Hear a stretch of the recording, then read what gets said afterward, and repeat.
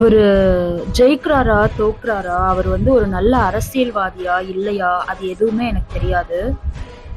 ஆனா, இங்க இவ்ளோ கூட்டம் கால் கடுக்க நிக்கிறதும், அவருக்காக கத்துறதும், வீட்ல வந்து அந்த கூட்டத்துக்கு போயி யாரையாவது இழந்திருந்தா கூட, அப்பவும் வந்து விஜய் பக்கம் நின்னு பேசுறதும், இது எல்லாமே வந்து வெறும் ஒரு ரசிகர் கூட்டம் அப்படின்னு வந்து சொல்ல முடியாது.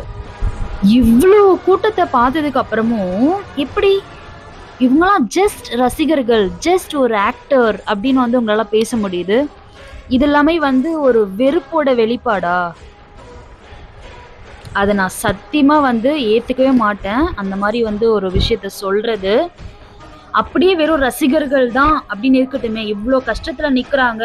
இவ்ளோ வலிய பொறுத்துக்கிட்டு அவ்ளோ கூட்டம் அவருக்காக நிக்குதுன்னா, ஏன் அதே கூட்டம் அவருக்கு ஓட்டு போடாது? அவர் வந்து உண்மையா எலக்ஷன்ல ஜெயிச்சு ஒரு சிஎம்மா ஆகுறாரா இல்லையான்றது 2வது. ஆனா ஒரு கட்சிய தொடங்கி இவ்ளோ மனுஷங்க எப்போ அவருக்காக அவர் பக்கத்துல எல்லா கஷ்டத்துலயும் அவர் வீட்ல ஒருத்தர இழந்ததுக்கு அப்புறமும் கூட நிக்கிறாங்களோ, அங்கேயே வந்து அவர் ஒரு நல்ல அரசியல்வாதியாவும், ஒரு நல்ல மனுஷனாவும் ஜெயிச்சிட்டாரு.